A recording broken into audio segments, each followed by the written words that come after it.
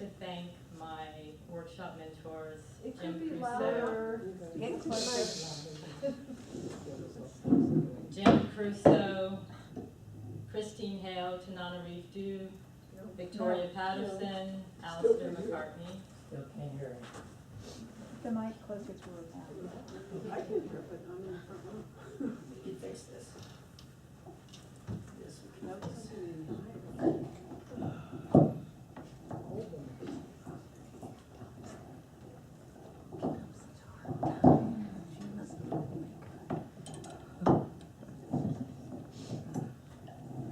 Thanks for going first, Gina.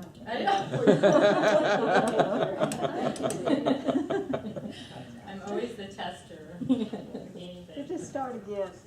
All right. Can you hear me now? Yes. Greetings, everyone. First, I would like to thank my fellow cohort Jacaranda students, workshop mentors, Jim Crusoe, Christine Hale, Tanana Reed Dew, Victoria Patterson, and Alistair McCartney. I'd also like to thank my project period mentors, Tara Eisen, Dodie Bellamy, especially for being really patient with me while I manifest the ancient tribe called the She, and Alistair for reminding me for staying true to the authentic essence of the Irish culture. I also like to thank my mother. I'm grateful for her always opening her home to me and being really supportive and patient with me. And I'd like to thank her for bringing her tribe of women with her. And also like to thank my friends and family far and near. And finally, I'd like to thank the muse of music, because it's always within the sound that I find inspiration. This novel is dedicated to the memory of my late grandmother for telling me her stories of her Irish father, and to my birth father for his love of poetry and music, and to my late cat Sabine, because I think she was one of my greatest teachers. Which brings me to the title of my novel called Ishqueen Latri Ideen, which is in memory of the three Ideen. I'm going to be reading from the prologue and chapter 1 of my novel. Prologue. Silence. The land spirals in a silent rhythm, quiet to the human ear. 3 beats are heard only by the ancestors who guard over the island they once called Eden. It is not quiet to those who know the language of keening that vibrates up from the roots of the great oak trees, touching down upon the graves of those who gave their life in her name, Ireland. The keening, a harmony of tones and high notes calling forth the presence of the living, so they hear a melody that taps on their heart and beckons them to dance to a rhythm of the earth's soul. It comes from the She, the ancient ones, a tribe known as Tuatha De Danann, from the mythological era of Ireland. They sing a melody and they mourn the souls of those they lost in battle against the tribe of the Malaysians. When I am listening to their melody, the resonating sound of the cello swirling in harmony around the wailing of Ilian pipes, I know they are calling me forth. I look up, sheltering my eyes from the sun, and I watch the ravens soar along the pond near a hazel tree behind my grand's house. I stand a few feet away before my brother Moiter's grave, counting the ravens as they fly in a formation that creates an arrowhead, pointing in the direction of storm clouds, which are now moving east towards the shores of Dublin. As I gaze over towards the hillock nestled between the 2 oak trees, whose branches extend over the mound, creating a cavernous shelter, I listen for the keenings of the Tuatha Dé, a musical tone that has been with me since I was 8. The vow of silence taken by my ancestors is ruptured, and their wailing conjures a vision of my deceased brother, Moiter, before me. It was our last moment together, and he was laughing at me because I was just about to bite the tip of my thumb. But he grabbed it before I could, and bent it backwards at a 45-degree angle, as he always did, and told me I should join the circus. Overcome by the sight of his familiar eyes, one green and one blue, I scanned the date upon the gravestone, a rectangular dark gray granite tomb, and Moiter's name chiseled into it with the date. Born November 1, 1967. Died July 18, 1984. At the time we lowered his coffin into the ground, I wanted to carve my name, date of birth, and death beside his. But Mida would not allow another child of his to be taken from him.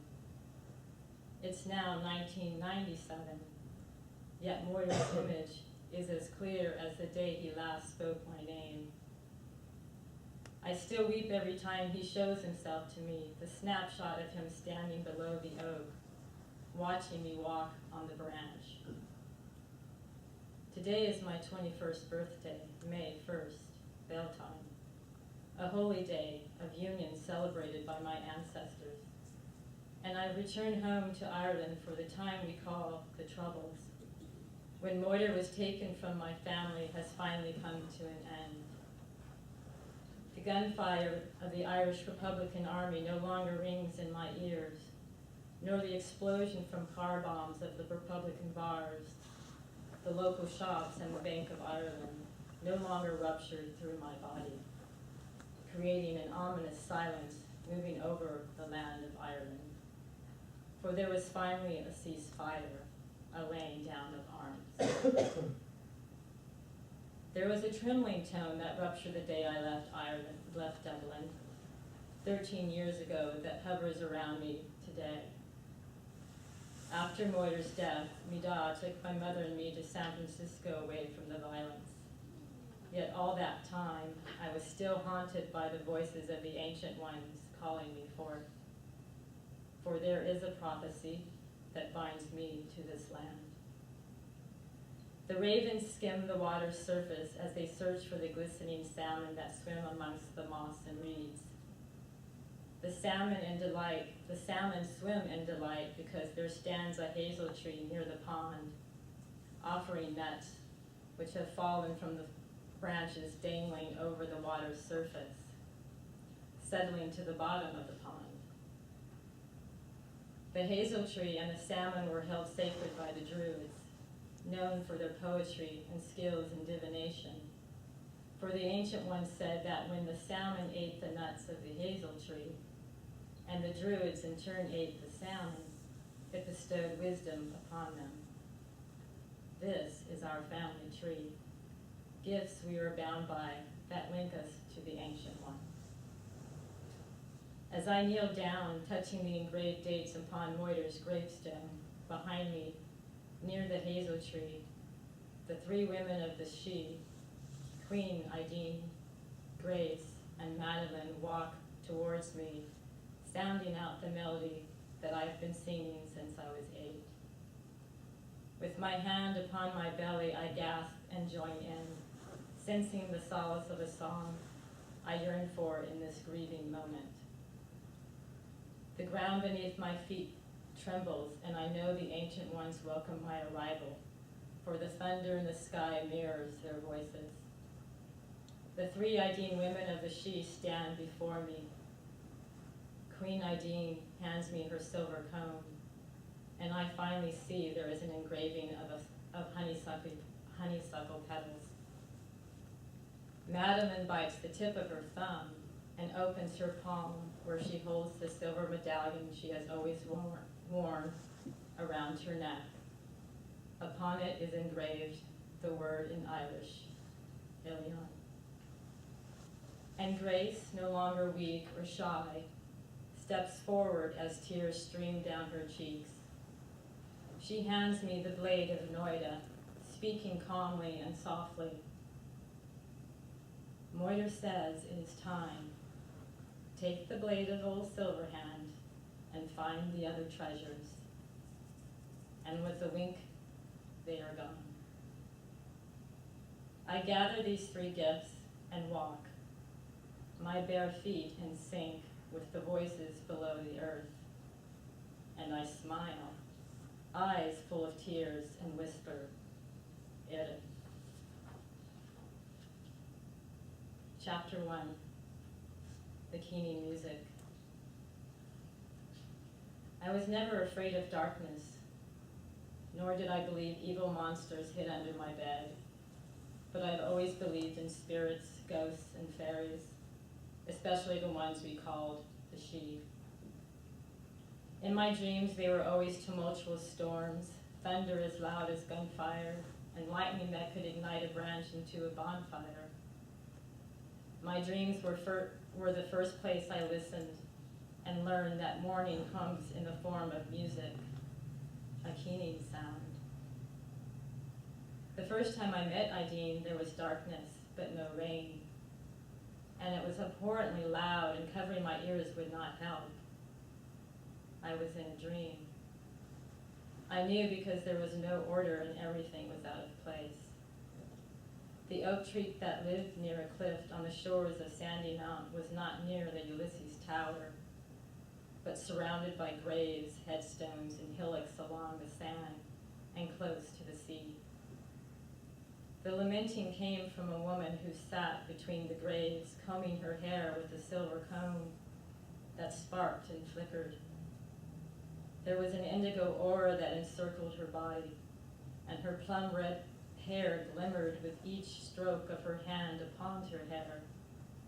She did not speak, but hummed a melody I had not heard before. And when I took a step closer to her, she stopped humming and began to sing. The words caused me to fall upon my hands and knees, and I recognized the words from a poem Ida recited and taught me when I was 4. I wanted to stop her, but my voice was drowned out by her bold and resonant voice, tone that sang on.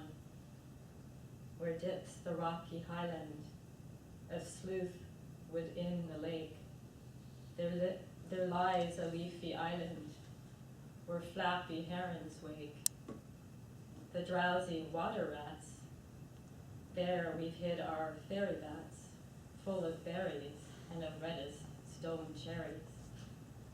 Come away, O human child, to the waters and the wild, with a fairy hand in hand, for the world's more full of weeping than you can understand. I did understand, and I screamed louder than the keening violins and cellos, and moaned in grief with the Ilian pipes. It was not my screams that awakened me and pulled me out of this dream, but the warm and heavy hand upon my forehead. Mida was calling my name, which was the plum-haired woman in my dream's name, Ideen. I opened my eyes and reached out to touch the stubble upon his face to be sure I was awake. I sobbed and he pulled me closer to his chest and he stroked my hair, whispering, "You are in your bed, Ideen. It's your dog." I gripped his arm and shoulder tightly, for I felt as if I would be pulled back to the shimmering woman who had the same name as me. I took Bida's hand and listened to the wind outside my bedroom as it shook the branches of the birch tree, tapping upon the window. We stared at each other, and I could see by the light of the half moon that his blue eyes were moist. I pulled my white cotton nightshirt with large purple flowers away from my damp body. Bida went to my dresser and pulled out a nightshirt, giving it to me as I removed the other. There was a shadow along the wall, and it looked as if the branch of the tree was touching him. I wiped away my tears from my face and chest with my nightshirt before I put on the t-shirt. and Mida sat close to me again, and I was finally able to calm my breathing as he spoke to me. Was it a nightmare, Ideen girl? He asked, the lines disappearing from his forehead. Naida, I was not afraid, but I felt lost, and I saw a woman. I think she is a fairy, and she was singing that poem you always recite when you tuck me into bed. The stolen child, the 8th poem. Ida, my voice shuddered, and the tears welled up in my eyes again. And she has my name, Da. I moved because I wanted to get out of bed and open the window. He stopped me by touching my face. He whispered as if he were introducing one of his maids. So you met Queen Ideen, did you? He chuckled. Ida, who is she? I usually laughed with him, but not this time. Well, my child, that's a long story for your gran to tell. And she can tell you tomorrow, but just know that you do not have to be afraid. But tell me, why was she moaning and combing her hair in your poem? How does she know it? Shh, calm yourself, girl, it's okay. He looked outside at the moon for a moment, as if he had seen her outside the window. Ideen, your gran can tell the story better. I did not think she would come so soon. Even though it's a few weeks until your 8th birthday, I thought she would come later. She must have a plan. He was rubbing his chin with one hand and holding my hand with the other. Planda, you know her? Does she live down the road? Have I met her? I was starting to sound like him because I was getting excited, his brogue as thick as the Dublin cloth. Ideen, love, all in time, he laughed again, but he was still the only one in on the joke. You could say she lives down the road at the old cemetery, but you're also right. I would tell you this much, she is a fairy, a she, and me and your gran have seen her for years. Okay, Da, I will wait for Gran, but why did she sing The Stolen Child? Does she want to take me away to her land? He lifted up the duvet. Come on, love, lay back down. We'll sort it out tomorrow, he said, kissing me on the forehead. And no more fairies for the night. He smiled. Okay, Da, I squeezed his hand. I'll try to think of bunnies and sheep. Aye, that's my girl. As he shut my bedroom door, I stared out at the moon. The wind had settled. The branches were still, and the leaves motionless. The keening music did not lull me back to sleep, just the snoring of my brother, Moiter, in his room next to mine. I drifted off wondering if he too had seen Queen Ideen.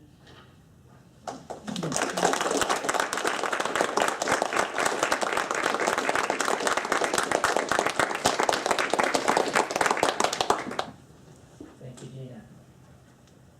Jeff Kidwell.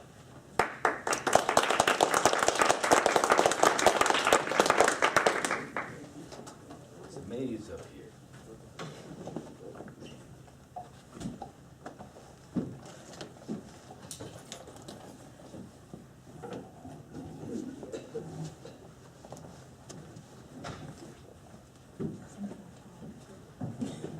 That's better. Hi, everybody. You know, I started my degree back here in 2008, 2007. Did two semesters, then I went to Europe, and then I came back a year ago. So there was a big break in between. And the people I'd like to thank, Steve for his patience, and Brad Kessler and Terry Wolverton. And this is an excerpt from my second novel, The Three Graces. It was written back in 2008. A good bit of the story takes place in Montreux, Switzerland. We're about halfway through the book where Leon, an American advertising creative director, is having a chance meeting with Sophie, a Swiss location scout, who's just found a suitable property for Leon to shoot a TV commercial. That makes sense to everybody? All right. I'll try not to be too theatrical here. Sophie hadn't wanted to meet Leon at the door. She didn't care to have some awkward conversation in the foyer. She wasn't interested in blaming anyone.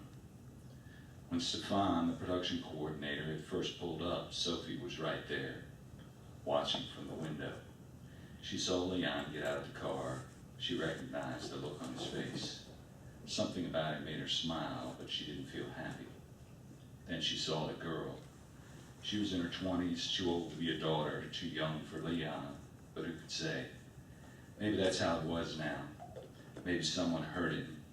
Maybe it was simpler that way. She didn't know how she felt about it. As the little group started to make their way across the cobbles, Sophie retreated to the terrace. She carried a patio chair over to the corner and propped up her feet. She knew it was only a matter of time. Leon would end up out there with her. Maybe the girl would be standing beside him, maybe not. Sophie didn't know what he would say, how he would feel. Maybe it wouldn't go all that well, but regardless of the outcome, she still had to be there. She didn't need to settle anything with him. She didn't need to know why he walked out on her. It was 10 years ago. How could it possibly matter? Leon had moved on. There was only time between them now. Whatever they would say, however they might say it, the words wouldn't help make sense of something that happened so long ago. They were different people, and while something inside of her still moved at the sight of him, she couldn't quite put her finger on exactly the quality of that emotion. A shadow fell over Sophie's face. She opened her eyes. Bridget, the realtor, was standing there, her hair almost glowing with imitation blonde. "Your client seems to like the space," she said. "He asked for a price. He says the shoot will take 5 days. Sophie raised her hand to block the sun. "I'm not surprised," she said, squinting. "This place has everything Leon loves. Silence, solitude, and a big gate out front to keep everyone else out." Bridget didn't seem to hear the remark. "I was thinking 3,500 Swiss francs, she said. "Price doesn't matter much to Leon. I'm sure he can pay that." "Well, the owners are going to want at least that much. Bridget, how about we don't make this so complicated? Let's just go with 3,500, but I want 7 days. Leon's always been too sure of himself. I know he'll need at least 1 extra day." "Well, I'll have to call the owners." "Bridget, it's not that hard. I just said Leon will pay what you ask." "So you've worked with him before?" "I have. It's been a long time, but I don't expect he's changed much." Bridget stood quietly for a minute, staring off to Lake Lemans. Then she moved closer to Sophie's chair. "Did something happen between the two of you?" she asked. "That was a long time ago, too, and it's really not worth talking about." "Okay," Bridget said. "I'll put 3,500 on the contract and leave you alone." Sophie heard Bridget's boots walk away. She looked across the valley. Down a little hill off to the right, a multicolored cat crawled along the orange roof tiles of the garage. The animal was stalking a large magpie that was pecking around the corners of the adjacent house. "Sophie, is that you?" Leon had been standing in the doorway. He hadn't heard what the two women had said, but he recognized the character of Sophie's voice, the way she moved. He'd seen the outline of her body, the way her hair fell at her shoulders, the willowy texture of her arms and legs. She was right there, living and breathing. Blood was flowing through her. Yet to Leon, it all seemed unreal. Leon's voice was deeper than Sophie remembered. She dropped her feet from the wall, got up and went toward him. "Of course, Leon, of course it's me, Sophie. Sophie, Don't talk, Leon," she said as she put her hand against his chest. "Just give me a minute." Her eyes were wet. She felt his arms moving around her and she began to sob. His shirt was damp against her skin. She wanted to stay there, holding him. Then with both hands, she pushed herself away. "I've got to stop, Leon," she said, looking away. "I can't do this. I just can't fall apart." She looked up at him. He was moving his thumb and forefinger across the bridge of his nose. She didn't know what to do next. Leon wasn't ready for any of it, and his teary response angered him. It was as if Sophie had robbed him of his bravado. He wanted her to be cold and hateful. Then he could just set her straight, tell her why he'd walked out and erased her from his life. He wanted her to regret what she'd done, but what was the point in that? They weren't going to start again, were they? That wasn't possible. Maybe they could talk it over, straighten things out, but then she'd go back to her life, he'd go back to his. Everyone would understand the story, but the ending wouldn't change. It couldn't. He touched her shoulders with his hands. Sophie, are you okay? Leon, what did we do? What did we do? She said, shaking her head. What do you mean, Sophie? You walked away, she said. You walked away and I let you. I didn't need to do that. I shouldn't have, and you shouldn't have let me. She stepped away from him, went to the edge of the terrace. Her face had become serious, her tears gone. And why did you do it? Why, Leon? Was I in your way? You could have just told me, couldn't you? Wouldn't that have been easier? Sophie, it wasn't like that. It was like that, Leon. It was just like that. She was angry now. You were gone. You left the country. You just turned around, headed for the U.S. What did I do to you? What was so bad? Leon felt the conversation slipping away from him. He tried to pull it back. I don't know how you can stand there and attack me, he said.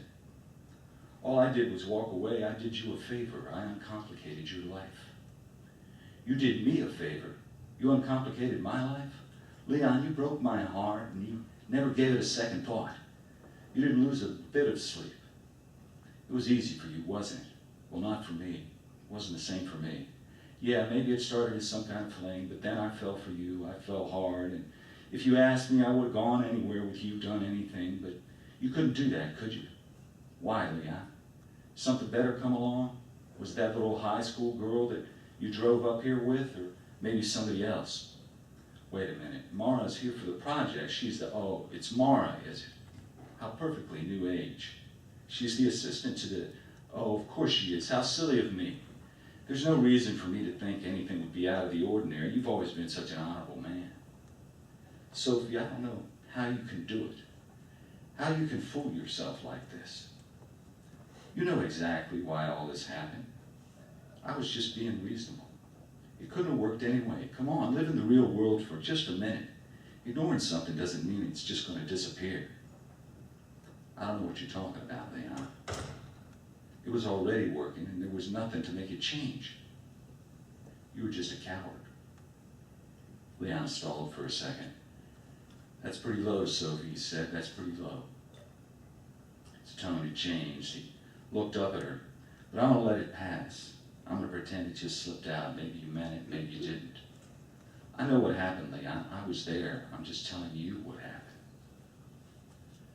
Well, okay, you said your piece, Sophie. Despite my cowardly tendencies, I listened. But now I'm going to talk, and I hope you'll pay attention. Leon, I don't think there's anything else that... No, I think you're wrong there. I think you need to hear this. It's a good story. It's got a great surprise ending. No one ever gets the ending. Look, I'm not going to stand here, Leon, and be your... It's all about a little girl named Sophie who was born back in 1970. Just stop this, Leon, okay? Sophie was a happy child. She loved animals, warm fires, long walks in the snow. She lived in a little farmhouse, sat at the bottom of the valley just outside Bern. I don't want to hear anymore. When she turned 10, she took up the violin. Within a year, she was practicing for more than 3 hours a day. But Sophie's interest in music was more than a passion, wasn't it? It was really kind of an escape. Enough, Sophie said, turning away. An escape from that little war that went on between Maman and Papa, two people that hated each other but decided to have a child anyway so they could have somebody else to torture. Leon, why are you doing this? Little Sophie got out of there, didn't she? She ran away to Geneva, hid in some university dorm, left her violin rotting back in the snow, started searching for the perfect man. My guess, he was older, some better kind of father figure. Somebody that could take care of her, somebody that would listen when she talked, somebody she could be grateful to, somebody that could rescue her from her miserable life. We don't need to talk anymore, Leon. You got the location you need, and that's all you need from me. Sophie started to walk away from Leon, but Leon caught her by the arm. No, I'm not quite done. You see, all that wasn't enough for Sophie, was it? She needed something more. And then all of a sudden this American guy came along and something started to happen between them. Leon, you've got to let go of me. There were romantic dinners and trips, and soon the two of them were spending nights together, sleeping late, and it was on one of those lazy mornings when she cuddled up close to that man and she whispered something to into his ear. You remember what she said? Well, if I remember correctly, she told that man that she loved him. Isn't that what she told me? 10 minutes later, though, she went off to the bathroom to call her husband and set up a nice dinner. I heard all that, Sophie. I heard it all. Sophie jerked her arm away. You've only gotten worse, haven't you? That subtle mean streak of yours has turned into a full-throttled hatred, hasn't it? You don't know anymore who's your friend, who's your enemy. You just pull the trigger. Well, let me tell you before you go on that you don't know me. You didn't know me then, you don't know me now.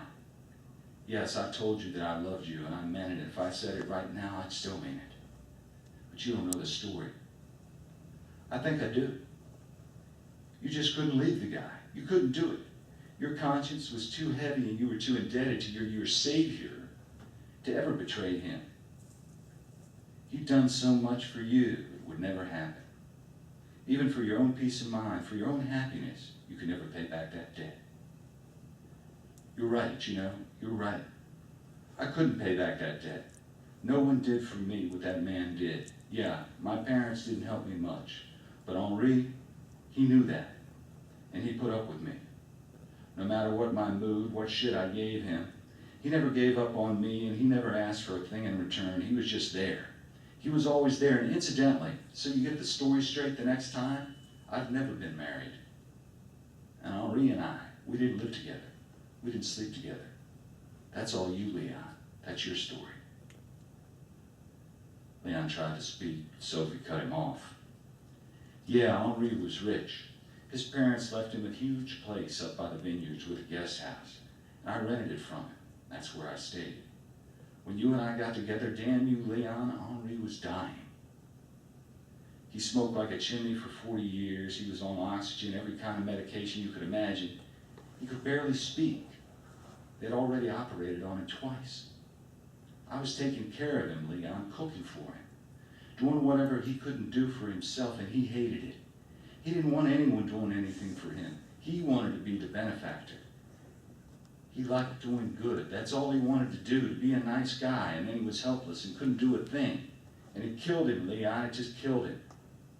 Sophie sobbed into her hands, then raised her head. She looked back at Leon. Can you imagine that, Leon?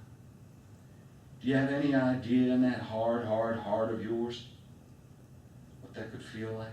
Well, I do. I know just what it feels like. So don't come here and try to tell me what I did to you. Don't bring me everything that went wrong in your life and try to make me accountable.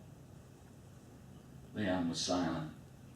He knew that every conclusion he'd made, every decision, every condemnation, whatever he thought and felt, all of it counted for nothing. Sophie stood there waiting, as if he owed her something. Then her shoulders dropped. She took a long breath and let it go. She made a wide arc around Leon and walked away.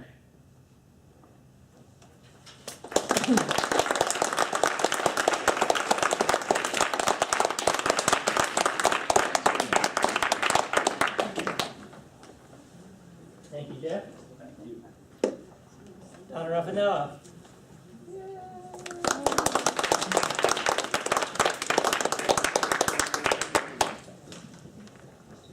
Putting the mic up lower than camera. Nah, it's good. Really low. And I won't hit my head on the lights as I was scared what they were going to do. Issue there. Good evening, everyone. Thanks for being here. I appreciate it. Rather than naming individual people to thank, I just want to thank everyone who's here and everyone who was a part of this MFA program for me. Those that are still in the program and those that graduated before me, that while I didn't say it to everyone, everyone made a contribution to my writing and to my overall education and my belief that I'm a writer. So I thank everyone for that. We're gonna read two short essays. The first is called The Family of Things, and it derives its title from a poem of the same name by Mary Oliver, so I'm gonna start with that. You do not have to be good. You do not have to walk on your knees for 100 miles through the desert repenting. You only have to let the soft animal of your body love what it loves. Tell me about despair, yours, and I will tell you mine. Meanwhile, the world goes on. Meanwhile, the sun and the clear pebbles of the rain are moving across the landscape, over the prairies and the deep trees, the mountains and the rivers. Meanwhile, the wild geese high in the clean blue air are heading home again. Whoever you are, no matter how lonely, the world offers itself to your imagination, calls to you like the wild geese, harsh and exciting, over and over announcing your place in the family of things. The male house finch with his bold orange chest makes a grand entrance by gliding across our front yard. The nestlings chirp enthusiastically at his arrival and open their tiny beaks in anticipation of food. But first, Father Bird opens his mouth to feed Mother Bird, signaling to her that she can now leave the nest because he has returned. With this simple message, my belief that birds' behavior mimics humans is discarded. I didn't know that adult birds feed each other, nor that they took turns finding food and feeding their young. This new information, coupled with the knowledge that females are the ones to build the nests, disrupts my assumptions that birds act in gender stereotyped ways. I watch as the family across the street piles into the minivan with the mother at the wheel. The father rides shotgun and the middle school boy and the college-age girl sitting back. I place my hand on my chest as I feel the familiar pain of envy. With a sigh, I think again to myself, I wished I'd had what they have. A dad to grow up with, one who loves unconditionally and who is loyal to his family. When I was 12, my father asked my older brother, Rick, 14, and me to take a walk around our suburban Chicago neighborhood. He and Mom had been talking in loud whispers in the living room, and their escalating voices brought us into the room to see what was the matter. Dad said, "Let's talk," before ushering us out the front door. As the screen door of the front porch swung shut behind us, I glanced back to see Mom crying as she hurried up the stairs. "I'm going away for a while," Dad said. "What do you mean?" I asked, my words catching in my throat. "I'm going to stay away from the house for a bit. You'll be okay." Rick kept his eyes focused on the ground, silent. When we returned to the house, Dad climbed the stairs to the master bedroom to pack. It wasn't until Dad moved back in 2 weeks later that I learned the real reason for his leaving. "Just look at this," Mom exclaimed, holding up Dad's hairbrush. "Do you see that? A long strand of red hair was tangled in the bristles. It's hers, you know. He's been living with her." "Who?" I asked. "Well, his secretary, of course," Mom said. I shivered. The news of my father's infidelity shocked and saddened me, and I felt like I didn't even know my parents anymore. It was last spring when the house finches started nesting under the front eaves of our California bungalow. Every day I watched as the female brought twigs and other materials to build its cup-shaped nest. A great wildlife experiment was unfolding before my eyes. I had never watched birds up close before and was fascinated by their every move. I purchased a bird feeder specifically for finches at our local pet supply store and hung it near the nest so she would have a ready supply of food. I wanted to keep them around. Each evening I checked the feeder to make sure it was full. It's been 30 years since my parents first separated. I look back and wonder at my naivete then. Relatives told me that my father's infidelity to my mother had started when they first dated in high school. The same relatives were not at all surprised when the marriage eventually ended in divorce. He wasn't to be trusted, they all said. He chose not to be monogamous. When the baby bird's feathers have filled out, the family takes flight together, away from the nest and out into the world. The parents watch out for their young to be sure they don't fall behind. The satellite family is what I call the family that my father and stepmother, yes, his redheaded secretary, created when I was in college to distinguish it from the 5 children my mother and father had together. Despite the fact that my parents' marriage didn't last, doesn't mean we aren't still a family. My dog Charlie and I were out for our morning walk around the neighborhood park recently. He was nose down in the leaves on the grass as he is wont to do, when I noticed what looked like fuzz. Stepping closer, I saw that it was a baby bird covered in down feathers. Charlie nudged it with his nose, and I pulled him away, only to notice that there were actually 3 baby birds beside each other and their nest on the grass. It was clear that something, perhaps one of our neighborhood's many stray cats, had knocked the nest out of the tall magnolia tree. I remembered hearing that if you touch the nest or the baby birds, the mother bird can smell your scent and will reject the babies. I later learned that this isn't true because birds can't smell. But I scooped up the birds in a large magnolia leaf and placed them back in the nest, and then picked up the nest and cradled it in my hands. How small and fragile they looked, each no bigger than my thumb, with their eyes still sealed shut behind ink-black eyelids. Clearly not ready to survive on their own, maybe even despite my best efforts. I tilted my head back to look up into the tree, trying to see how far the lowest branch was. Well, definitely too far for me to reach. So I headed home with Charlie and the birds, wondering what I was going to do. Certainly there must be an animal rescue that could take them. So on the internet, what would we ever do without that, I found a wildlife rescue that was actually just a few miles away. So I called to say I was coming with baby birds, and I headed out immediately. I was greeted at the door by a middle-aged woman who conducted her rescue efforts out of her home. "Oh, poor babies," she cried as soon as she saw me. "I'll put them on the heating pad right next to the others that are just a little older. Thanks so much for bringing them by." Well, this might just seem like a nice gesture and not especially remarkable, unless you knew how dreadfully afraid of birds I have always been. I trace this back to my childhood, like all things. Born in New Jersey, we often took family excursions into New York City to see the sights.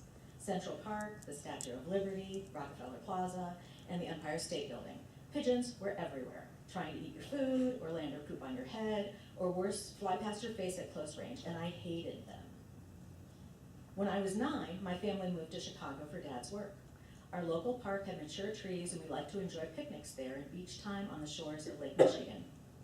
Many summers, girlfriends and I either walked or biked through the park. A mean old crow sat in one of the tall trees on the path, and he would swoop down with a horrible screech to land on my head as I passed. And I would scare it away with a wave of my arms and a trail of screams. My little brother told me it actually pecked him on the head. This bird was not fooling around. This fear of birds had stayed with me throughout my adult life. I always ducked when birds flew overhead. I avoided places where birds congregated, and I never enjoyed bird exhibits at the zoo or visiting friends who had pet birds. But this all changed when our house became what I now call the nesting house, and Charlie and I rescued the baby birds at the park. My childhood friend Ingrid says that saving the baby birds at the park from certain death was a beautiful combination of Charlie's nose and my intelligence, and so it was. Just this week, a new bird arrived on the scene. Blue jays, with their signature blue plumage and scream of alarm, are now dominating our backyard. We'd never had blue jays in the yard before. What had changed? Soon after, I noticed that whenever we were in the yard, or Charlie was, one of the blue jays would fly erratically from tree branch to deck post to rooftop, squawking, and then quiet when we went back in the house. Playing ball with Charlie one afternoon, I noticed a nest in a bush just off the end of the deck. Guarding their young. Some believe that having birds nest at your home brings good luck. And while I can't say if that's true, it has given me a new sense of purpose and great happiness. Nurturing and protecting the birds that choose our house tells me that there's a good feeling here that they want to be a part of. It reassures me that caring for our young is something that all parents do to the best of their abilities. And my second essay is called Aging in the Mirror. As the hot winds of another Southern California summer die down and I turn the calendar to September, I realize that I'll be turning 50 soon. I pause to take this in. 50 years old, half a century. In some ways, 50 seems like too few years to hold everything that has happened in my life. And at the same time, I can't believe I'm the age my parents were when I was out of college. They seemed impossibly old at the time. How my perspective has changed as I have aged. I've joined the middle-aged now. But what does that really mean? That half my life is over? Or like the old adage about the glass, that I have half my life yet to live? I catch my eye in the large gold-leaf mirror that hangs in my dining room. Looking for evidence of the passing years, I consider my reflection. The opposing forces of youthfulness and age are evident in the mirror image looking back at me. Funny how someone as unconcerned about the physical signs of aging as I am can be so fascinated with these at the same time. Coffee-colored splotches have recently appeared on my forehead and temples just below the hairline. Kisses from the sun, Mom calls them. Sharing her cheerful outlook, I see them as so much stored sunshine, making their presence visible all these years later as happy reminders of summers past. As I lean in closer with a bemused expression on my face, crow's feet pucker at the corners of my eyes. These bring to mind the smiles of reuniting with friends and being privy to the inside jokes we like to tell each other to remind ourselves of the relationships we have built over time. Compatriots of the crow's feet are the laugh lines, the soft carvings in the skin around my mouth that were surely caused by the near hysterical laughing at countless girlhood sleepovers and the provocation of my two sisters who continue to crack me up. What began as one strand of gray at 24 is a head of gray curls now, more salt than pepper, especially the snow-white sweep of my bangs. The gray and the curls are new for me, a decision to embrace my age and let my hair color speak for me of my age and life experience. People compliment me by telling me the gray suits me, and I laugh and think to myself, well, it should. After all the years of dyeing my hair, I've finally gone natural. I wonder if the gray will bring me more respect. And then there's the issue of my neck. It's no wonder that Nora Ephron focused here. The neck of a nearly 50-year-old woman marks the passage of time like nearly nothing else. Mine puckers and gathers and sags in a way that harkens the coming of old age. Fascinated by its gentle folds, I can't help but pull on it. My partner warns me that this will only make the turkey neck grow faster, but I'm not worried. I kind of like how it looks on me, a mature older woman. And what of the hands that type these words? What signs of age are they showing? To start, there's the growing number of age spots, the raised brown bumps that tell me sunscreen never found its way to the back of my hands. And my knuckles, like Mom's, always more wrinkled than my sister's, connect me with her and Pop, whose knuckles announced his age as much as the heavily lined and scratchy palms that we share. Mom calls the area of freckles splattered across my chest the shawl. She started developing hers on the shores of Cape Cod when I was young, and now I have my own. Well, I suppose I should see these freckles as evidence that the sunscreen I applied half-heartedly as a child couldn't keep the bright sunshine from doing its damage. I consider these souvenirs of summer vacations past and a connection to Mom. And what about my aching joints? No account of my aging body would be complete without mention of the way my knees ache when rain is predicted or how they creak when I climb the stairs. And then there's the way my left hip pops when I lay down at night, a vestige of the extra weight I carried with my pregnancy 15 years ago. And I awaken most mornings with soreness in my lower back, a reminder of my carelessness in lifting that bag of mulch so many years ago without bending my knees.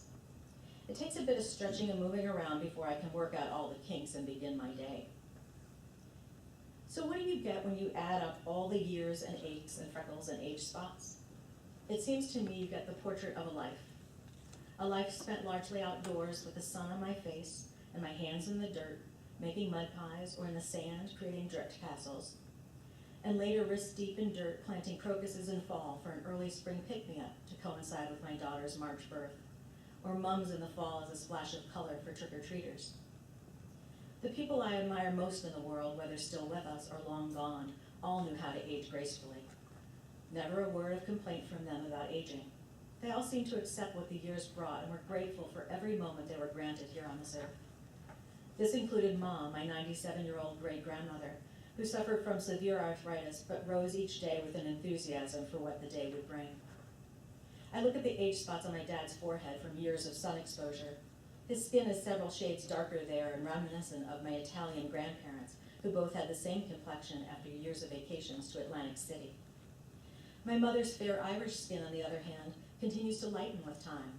Now in her 70s, Mom's pale complexion is the same alabasters as Nana's was. And so I approach my 50th birthday with an acceptance I have been taught. Lessons I've learned and relationships I've made are connected on a cellular level with the wrinkles, the spots, and the graying of my hair. And I wouldn't have it any other way. It took 50 years to look this good, and I'm gonna wear it with pride.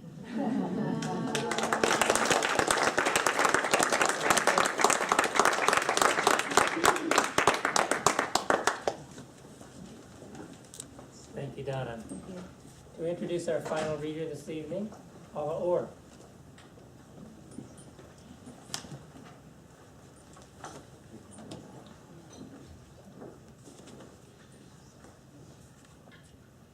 20 years ago, Hope Edelman wrote her first book, Motherless Daughters. She wrote this book simply because it did not already exist, and her passion for it was inserting itself into all her other writing efforts. It was a book that demanded to be written and has endured through the years. Like all of her work, it contains exhaustive research. This is a book about coping with the insurmountable loss of the mother figure throughout a woman's life, and has helped an untold number of women to make sense of this loss and to move forward. There are now 50 motherless daughter meetup groups in the U.S., and more than 500 meetings have occurred worldwide. For this labor of love, she earned a place in Northwestern University's Middle School of Journalism's Hall of Achievement, an honor reserved for less than 1% of the school's graduates. There, she's a member of the Northwestern's Council of 100, a group of notable women, alumni, that mentor female students and recent graduates. Hope received her bachelor's degree in journalism from Northwestern and a master's in nonfiction writing from the University of Iowa, where she also teaches during balmy summers. She's been awarded a Pushcart Prize for Creative Nonfiction and a New York Times Notable Book designation, and has been a board member for PEN USA. Hope has published 6 books, including a memoir, and most recently, she co-authored Along the Way, a book with Martin Sheen and Emilio Estevez that chronicles their father-son relationship. In her widely published essays and her beautiful memoir, The Possibility of Everything, Hope's authorial voice creates a clear setting with detailed description and thoughtful introspection. Of her memoir, one reviewer was spot on when he wrote, "The true beauty of this book, and there is so much that is beautiful, is that Edelman relentlessly dissects her own perspectives and feelings with an uncommon courage." As you read the memoir and her essays, you will discover self-deprecating honesty and insight. She's written that she has trouble relinquishing control, but she never gets in the way of her story, and she doesn't hide behind it either. She uses time and wisdom to reveal self-awareness and introspection that is, and I love this line, simple as grace. Through her writing and instruction, she coaches us to write about the extraordinary. Hope is the extraordinary. Please join me in welcoming the talented and generous author, Hope Edelman.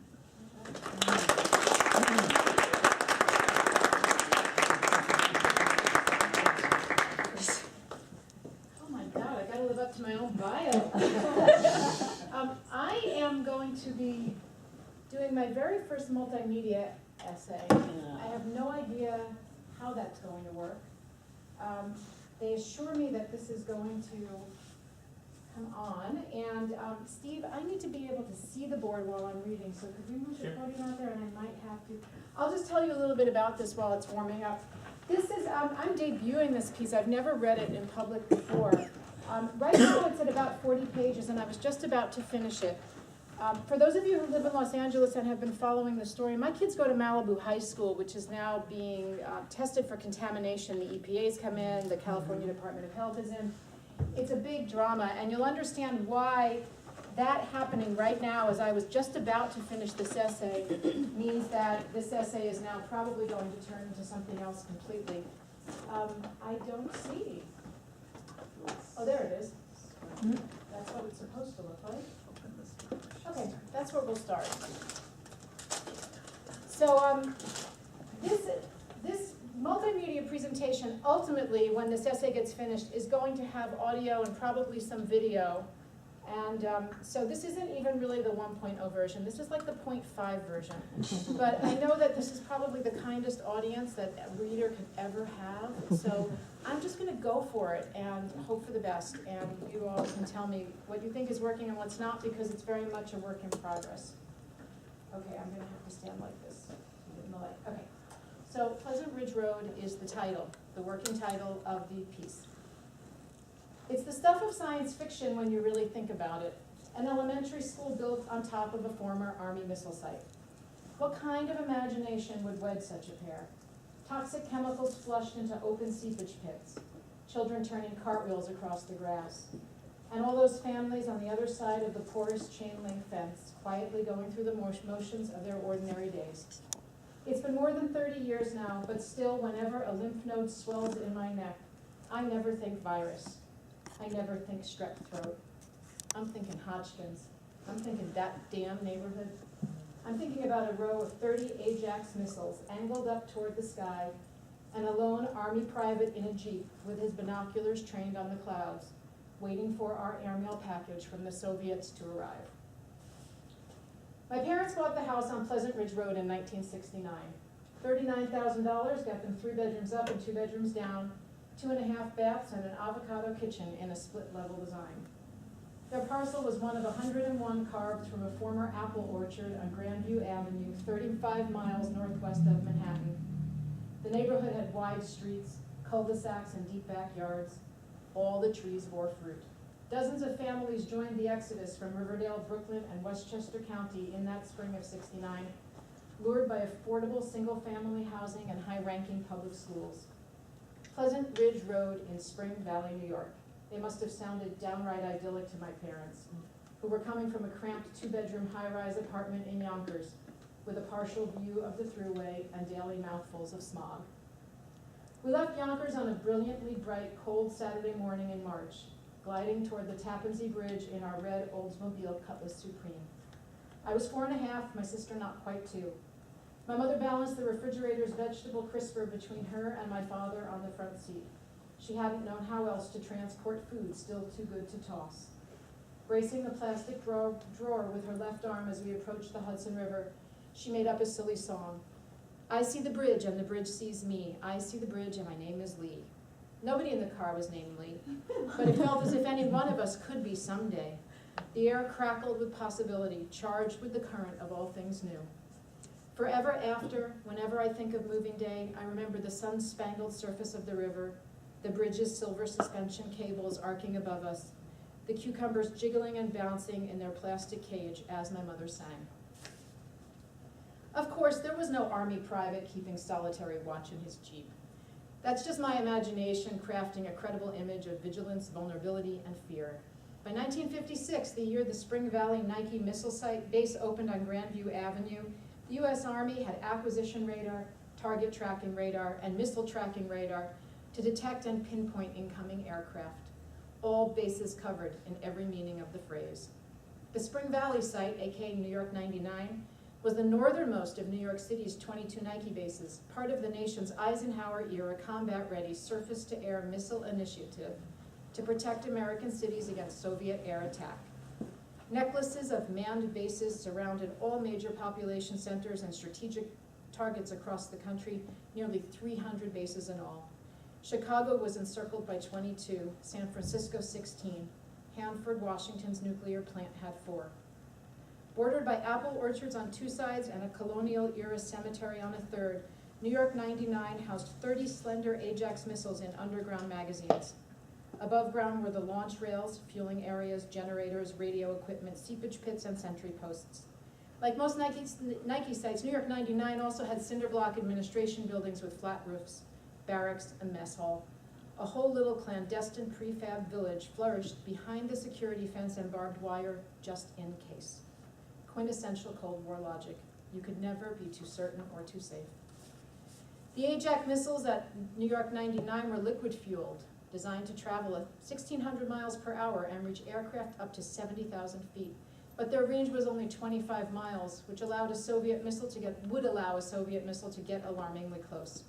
Ajax missiles also used liquid fuel, which was highly toxic to handle and had a bad habit of detonating between targets. So in 1958, the Army rolled out the solid-fueled Hercules missile at select Nike sites. With a range of 90 miles and a speed of 2,300 miles an hour, the Hercules offered an additional bonus. It delivered nuclear goods. Except, no missile sent from Moscow ever crossed U.S. borders. And by the early 1960s, the Soviet threat against America had shifted from long-range bombers to ICBMs. So, the Nike missile program, deemed outdated and unreliable, was systematically shut down. Barracks emptied, files crammed into cardboard boxes, cables rewound onto transport spools, hatches flopped. In 1963, 7 years after it opened, New York 99 was decommissioned, its missiles lifted to the surface and trucked away. I presume that the cots, crummy mattresses, crummy blankets, sheet stoves, desks, safes, mess trays, pots and pans, and tables and chairs, and telephones and trash cans, and file cabinets, and all got counted and somehow hauled away to somewhere. And someone posted a sign, locked the front gate, and signed yet one more form. Some things were left behind, including the non-portable buildings, the fences and gates, the underground concrete magazines and their doors, underground tanks, missile elevators and associated hydraulic pumps, the roads, and the spilled or discarded residues in the earth left from servicing and cleaning missiles. That's from an online post by retired engineer Ed Phelan, who served at Nike Missile Site C-41 outside Chicago from 1955 to 57.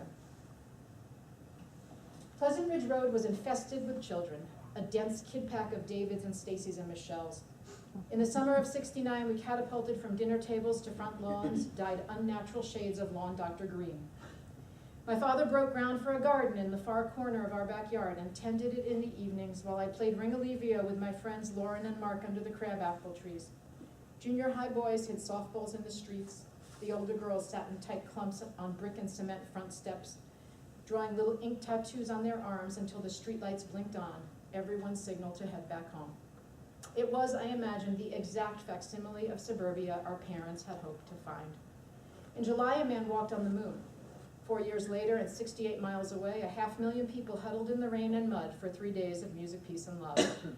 More than half of all Americans knew someone who'd been killed or hurt in Vietnam, but on Pleasant Ridge Road, the cultural insulation was complete.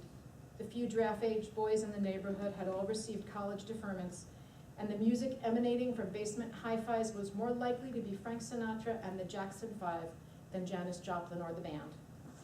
Every evening after dinner, the parents walked their German Shepherds and Cocker Spaniels on the wide streets, smoked their Tarrytons and Kents, shared tree pruning techniques and opinions about the Mets. The only interruption came once a month when Ira Wicks's tree service trucks crept along the streets spraying the apple trees against gypsy moths. House by house, mothers shouted for children to run inside. 30 minutes of lockdown, and then we were set free. The trucks left a fog of acrid smoke that burned the backs of our noses for the rest of the day. The parents were young, sturdy, hopeful, content. The fathers commuted to Manhattan and Long Island in their chunky, reliable American sedans. The mothers clipped recipes from Better Homes and Gardens, used garden hoses to fill kiddie pools. They carried the lovely polysyllabic name of the 40s, Andrea, Annette, Lenore. Children ran through each other's houses without pausing to ring doorbells. The mothers poured neon red Hawaiian punch from gallon cans all day long. My extended family I saw just a few times a year, but these de facto aunts, uncles, and cousins I saw every day. What I mean to say is this: we became our own little village. On heavy, humid summer evenings, Annette would carry a pitcher of Lipton instant iced tea outside. My mother contributed a tray of tall plastic glasses decorated with happy yellow daisies. Our next-door neighbor, Irving, would crack a silver tray of ice cubes from the extra freezer in his garage. Mark's parents and Lauren's parents joined everyone in the street. My father tipped back his head and drained his daisy glass in a single draw. That's teamwork, he said. What could you do in the 1960s with thousands of acres of abandoned excess land? If you were the U.S. Department of Defense with 291 former Nike batteries to unload, you had options. You could convert parcels for other military use. You could sell to private buyers, or deed to local counties for park use and public space.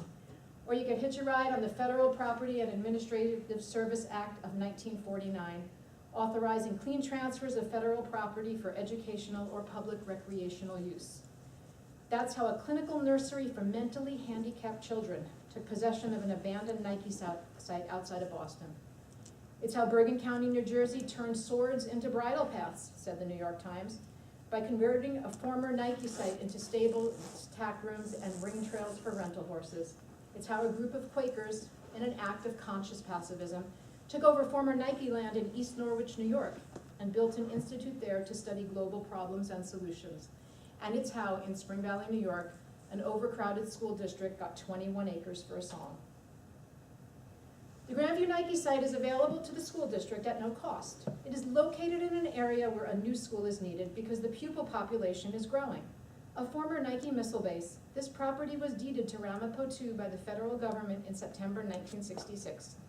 The agreement required that construction of school facilities begin within 18 months. This deadline was later extended to December 31st, 1968. Even though the time limit has passed, Mr. Stephen Simonian of the U.S. Office of Health, Education, and Welfare has indicated that the district can keep the Grandview site by building on it now. With community approval of a 28-room elementary school for this site, the district will own the 21-acre parcel outright at no cost and with absolutely no strings attached. That's from a community bond issue mailer to residents of Spring Valley, New York, February 1969. Remember, this all predated federal regulations on the environment. That would come before long. The EPA in 1970, the Department of Defense's Installation Restoration Program for Abandoned Military Sites in 75, Superfund in 1980, and the Defense Appropriation Act in 1984, which funded the Defense Environmental Restoration Program, which gave the DoD the permission and the money to clean up decades of messes it had left behind. And then in 1986, Congress created the formerly used Defense Sites Program, which picked up where DERP left off. If you want to build a school atop a former Nike missile site today, you have to settle in for the duration.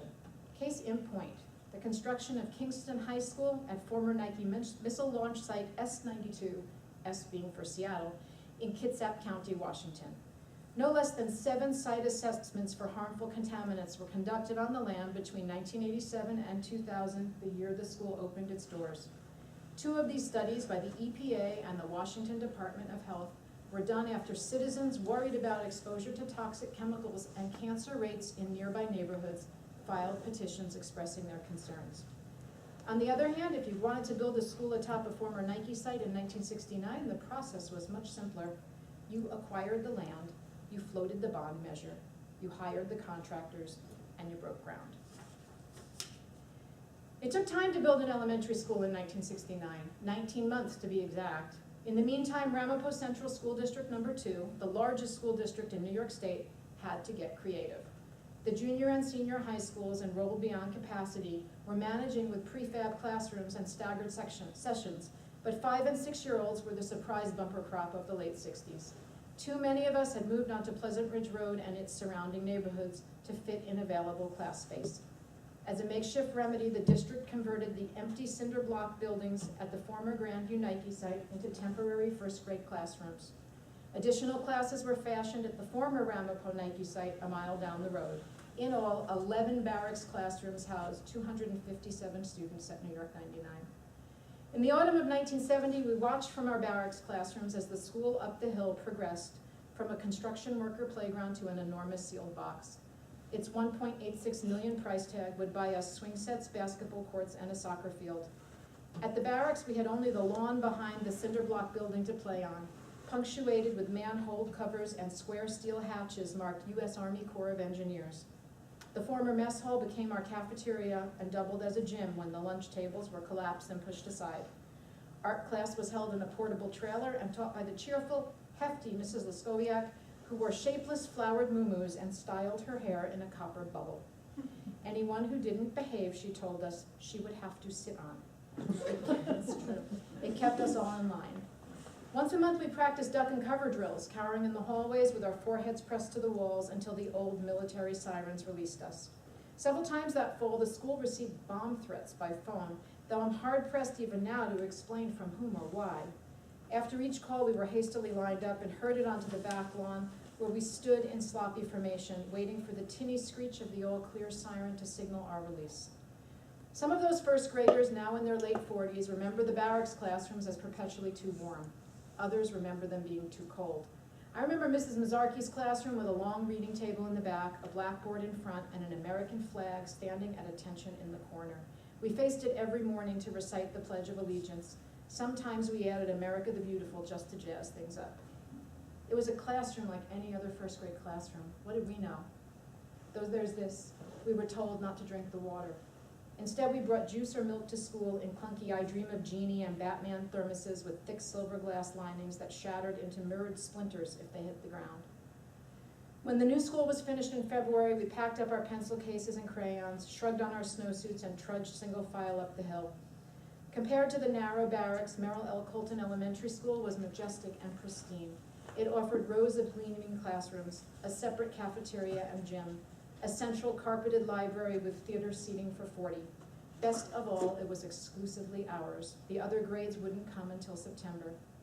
By the next day, room 101 was business as usual, addition and subtraction, SRA reading cards plucked from a box on the windowsill. Stephen Telby hid the class turtle in the supply closet, and Mrs. Mazzarchi had to call his mother to come in and help him find it. This school had climate control and playing fields with unblemished acres of grass. The sinks in each classroom had water fountains built right in. I'd never seen such a convenience before, but the water tasted silty, bitter, too dense. We complained. The teachers must have talked amongst themselves. They started stocking gallon cans of Hawaiian punch and little paper cups. Don't drink the water, they said. A large variety of wastes was associated with the operation and maintenance of Nike missile batteries. Normally encountered wastes included benzene, carbon tetrachloride, chromium and lead, petroleum, hydrocarbons, perchloroethylene, toluene, 1,1,1-trichloroethane, 1,1,2-trichloroethane, and trichloroethylene. That's from the U.S. Army Toxic and Hazardous Materials Agency Enhanced Preliminary Assessment Report on the Spring Valley Army Housing Units, Ramapo, New York, in November 1989. Public elementary school in the freewheeling 1970s was emphasis on the whole child, little to no homework, daily instruction in music and art. In chorus class, Mr. Ward, he of the John Denver haircut and brown leisure suits, taught us to sing Terry Jacks' Season in the Sun from lyrics beamed onto the wall from his overhead projector. That the song was a dying man's farewell to his family and friends only made the dirge-like 2/4 beat more poignant.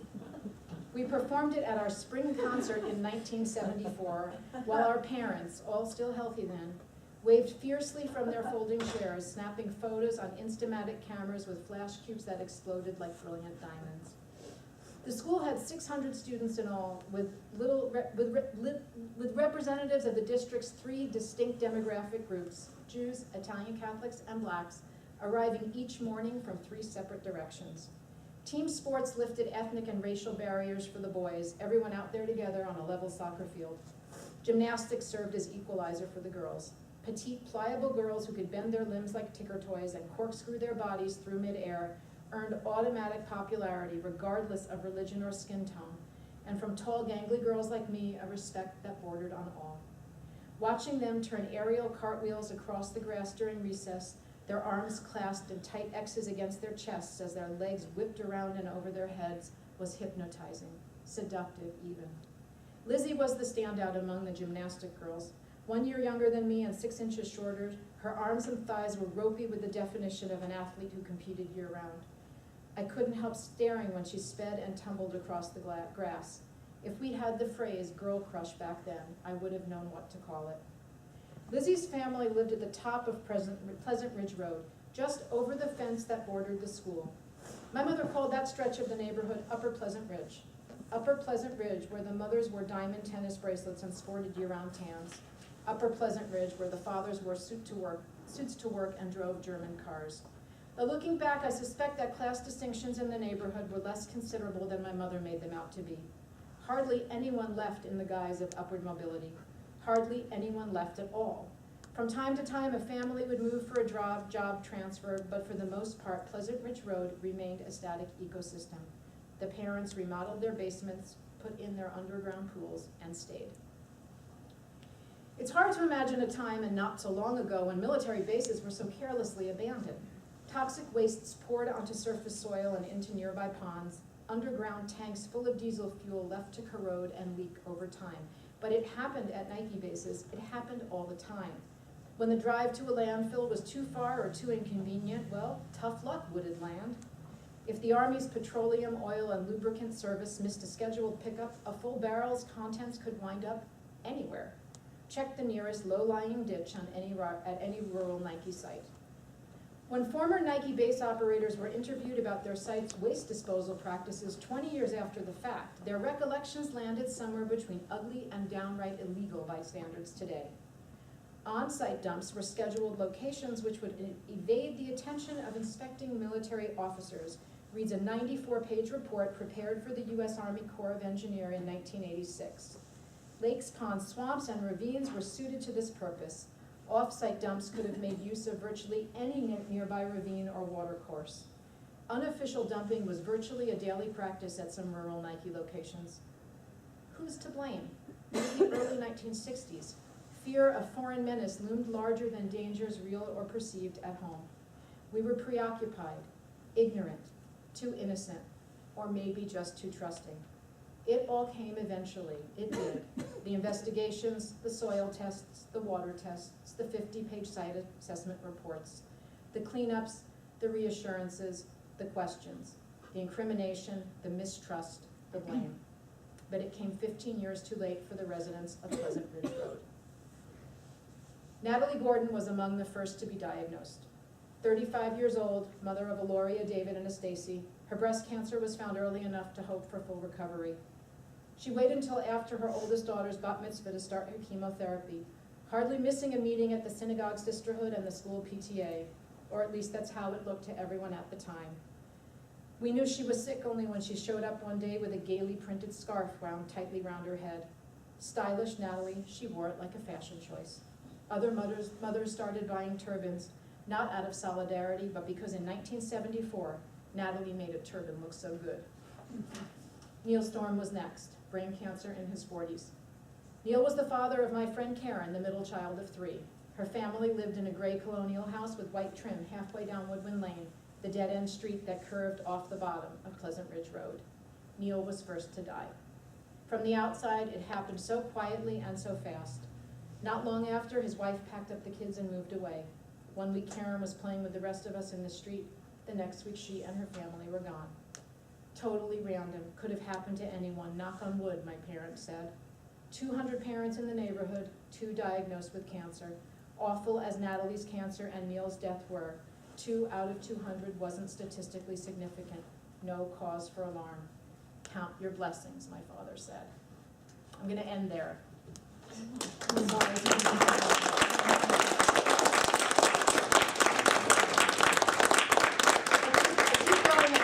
Time because my mom's the next one to get sick, but which is the whole impetus for the piece. But anyway, just to share with you, that is the Nike missile program slogan from the 1950s. How ironic that. Well, thank you for listening to that. I appreciate it.